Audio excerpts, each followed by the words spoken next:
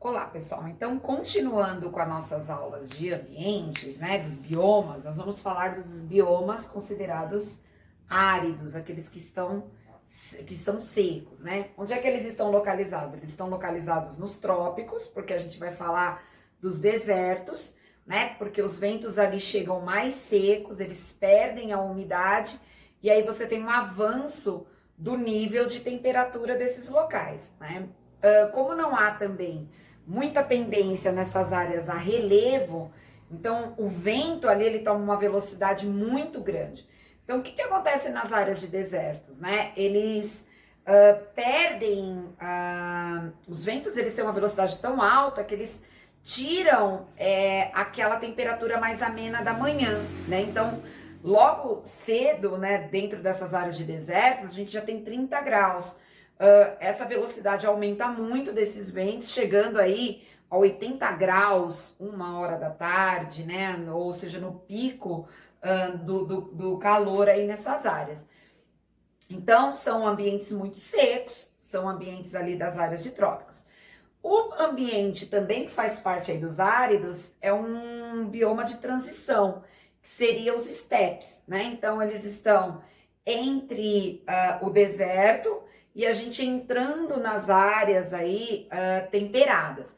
Então, os estepes, eles podem ser comparados também às pradarias, aos campos, né? Então, são áreas de transição entre ambientes mais frios e ambientes mais quentes. Então, eles já apresentam uma certa mudança na vegetação, na velocidade desses ventos, né? É um ambiente aí que está entre um bioma e outro. Mas no caso, o grande determinante dos ambientes áridos é o deserto, tá? Qual agente erosivo? Os ventos, tá? Então, se lá no ambiente úmido a gente falou da erosão pluvial, aqui os ventos, eles fazem toda a diferença na paisagem desse deserto, né? E eles são muito acelerados por conta disso que eu falei para vocês. Eles quebram, né? A incidência de raios solares pela manhã quebra totalmente a umidade ou aquelas temperaturas mais amenas. Então, você logo pela manhã, você já vai começar em um processo de velocidade muito ativa desses ventos. O processo, o tipo de desgaste, o tipo erosivo que se causa no deserto é a deflação e o abrasão, tá? O que é a deflação? Né? É o desgaste, então as velocidades desse vento é tão rápido que ele vai desgastando o solo e transporta todos esses sedimentos para outras áreas a ponto de rebaixar o nível do solo. Quando ele rebaixa o nível do solo, né, o que acontece? Ele vai chegando perto das áreas de lençol freático. É por isso que os ventos são capazes de formar no deserto o que a gente vai chamar dos oásis, né? Então, oásis a gente vê muito nas imagens de filmes, de desenhos, né? Quando alguém está naquele deserto e de repente você encontra ali parecido com um lago e a vegetação ali é bem mais densa, chega a pegar até uma certa altura. Por que ela consegue isso, né? Porque o vento provocou um processo de deflação, de desgaste tão acentuado em determinadas áreas que chegou ali próximo do lençol freático. Então, a paisagem que a gente tem mais forte aí da deflação é a formação de oásis no deserto, tá? A outra característica de processo erosivo que nós temos nos ambientes áridos é o abrasão, tá? O abrasão, na verdade, essa velocidade desse vento é tão grande que as partículas de rocha ou de areia, elas se atritam no ar, elas começam a se atritar, elas começam aí a impactar uma partícula de rocha na outra. Com esse impacto, né, com essa velocidade e com esse processo ao longo, né, então esse atrito vai acontecendo continuamente, transportando aí essas partículas pelo vento, formam duas grandes paisagens. São os blocos pendiculados, tá? Pedunculados que a gente chama, né? Aqui a Pro tá escrevendo aqui. Pedunculados, tá? O que são esses blocos pedunculados? Eles sempre são mais finos na sua ponta e aí eles vão abrindo na sua extremidade. Por quê? Porque é na extremidade, é na área mais alta que eles se atritam. Então, eles vão, né, evoluindo aí parecendo aí um cogumelo, né? Parecendo aí um chapelão que eles vão formando, esses blocos pedunculados, que é o impacto, é o atrito desses componentes rochosos. O abrasão também forma aí pra gente uma paisagem mais comum, que a gente consegue até ver aqui no Brasil, a formação, que são lugares com muito vento, pouco relevo, né? Dependendo da posição geográfica que ele está, é a formação de dunas, né? As dunas é um pouco diferente no sentido dos blocos pedunculados. Por quê? Porque elas são arenosas, né? As partículas são mais finas e ela tem uma deposição contínua dessa partícula. Então ela vai formando aqui, daqui a pouco ela forma em outra área, forma em outra área. No mesmo dia você pode ter 3 paisagens de dunas diferentes.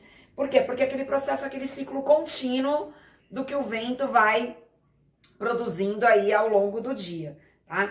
Então estas seriam aí os 2 agentes erosivos, né? Provocado, então o principal é o vento, o tipo de agente, o tipo de formação erosiva é a deflação e a abrasão, e as paisagens que eles acabam formando aí. Bom, pessoal, agora que a gente viu quais são os agentes erosivos dos ambientes áridos, vamos aqui falar um pouquinho de quais são esses 2 biomas. Então, o deserto, né? Máxima ação do vento, como a gente viu, todas as paisagens do deserto, tanto com a deflação quanto o processo de abrasão, eles têm toda a participação dos ventos aí nessa paisagem. A gente também tem as altas taxas de intemperismo físico. Então, nós não temos infiltração de água devido, lógico, à falta de umidade, às altas temperaturas que a gente tem no deserto. Então, altas taxas de intemperismo físico, provocado principalmente pelo vento, tá? E as altas temperaturas. O movimento de massa, que seriam os deslizamentos, é mínimo, até porque a gente não tem, né, pessoal, relevo acentuado, são áreas planas, né, que a gente vai ter. E a atividade fluvial muito baixa. O máximo que a gente vai ter mesmo são essas composições de oásis e, eventualmente, dependendo da posição, aí a gente pode ter a interferência de um rio ou de deságue, dependendo da localização. Mas as características de deserto é esse índice fluvial muito baixo, tá? Os estepes, que são esse bioma intermediário entre o deserto e entrando aí nas zonas temperadas, nós vamos ter um químico moderado, ou seja, você tem até uma certa infiltração de água, quando você já está saindo das áreas mais secas e chegando ali nas áreas de floresta temperada. Então eu tenho físico nos limites secos e químico moderado abaixo nos limites mais úmidos, quando eu já estou chegando aí nesse processo de floresta temperada. Então, por isso que os estepes é um tipo, uma característica de bioma intermediário. Movimento de massa esporádico, ou seja, o que é esporádico? Vai depender da localização. Então, numa área mais úmida, que resseca, eu posso ter deslizamento de massa, tá? Ação fluvial também episódica, vai depender da localização. Então, se eu tô chegando nessa área de químico moderado, nessas áreas mais próximas ao temperado, eu vou ter aí uma ação fluvial, vou ter ação de rios um pouco mais intensa. Ventos moderados a alto, estou numa zona de estepe, eu não tenho ainda relevo muito acentuado, eu tô falando de áreas de altas temperaturas, tá? Então, gente, em relação aos ambientes áridos, são essas informações. Vocês devem complementar com as explicações do PowerPoint, com as gravações de aula e com as anotações de vocês também, ok? Até mais, pessoal!